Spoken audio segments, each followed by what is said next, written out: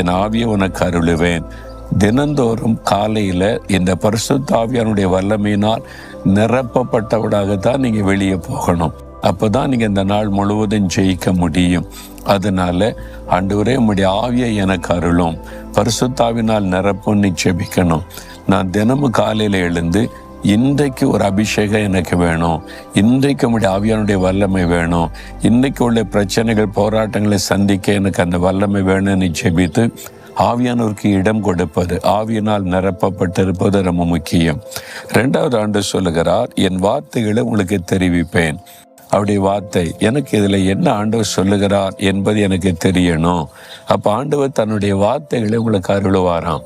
என் மகனே மகளே, இந்த வாக்கு தத்தத்தை உனக்கு தர்றேன், இந்த ஆலோசனையை உனக்கு தருகிறேன், இந்த வழி நடத்தலை தருகிறேன். தேவனுடைய வார்த்தை.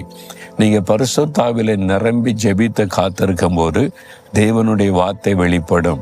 நீங்க பயப்படுறீங்கல்ல ஒரு பிரச்சனை, நீங்க வெகு நாள் என்ன பண்றது தெரியலன்னு நினைக்கிறீங்கல்ல ஒரு போராட்டம், அதுல என்ன செய்யணும் எப்படி செய்யணும்னு அவர் தெரியப்படுத்துவார். நீங்க தொடர்ந்து ஜெபிச்சுக்கிட்டே வரணும். அவருடைய குரலை கேட்க வரைக்கும், அவருடைய வார்த்தையை பெற்றுக்கொள்ள வரைக்கும் நீங்க ஜெபிக்க ஜெபிக்க ஜெபிக்க ஆண்டவர் ஒரு நாள் இந்த காரியத்தில் ஒரு வழி நடத்துதலை தருவார்.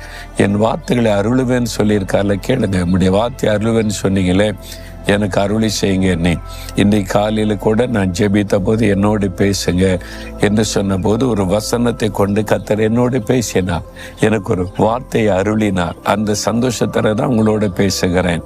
ஒவ்வொரு நாளும் உடைய வார்த்தையை நம்ம பெற்றுக்கொள்ளணும். ஆண்டவர் வாக்கு கொடுக்கிறார், என் ஆவியை உனக்கு அருளுவேன், வார்த்தையை உனக்கு தெரிவிப்பேன்.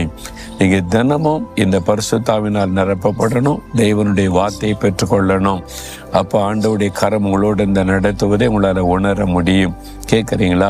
ஆண்டவரே உம்முடைய ஆவியை அருளுவேன்னு சொன்னீங்க, இந்த நாளில் எனக்கு உம்முடைய பரிசுத்தாவின் வல்லமை அருளும், ஆவியினால் என்னை நிரப்பும், எனக்கு உம்முடைய வார்த்தையை தெரியப்படுத்தும். உம்முடைய வார்த்தைக்காக காத்திருக்கிறேன். உம்முடைய வார்த்தை எனக்கு வெளிப்படுத்தி வழி நடத்தும். இயேசுவின் நாமத்தில் ஜெபிக்கிறேன் பிதாவே. ஆமேன், ஆமேன்.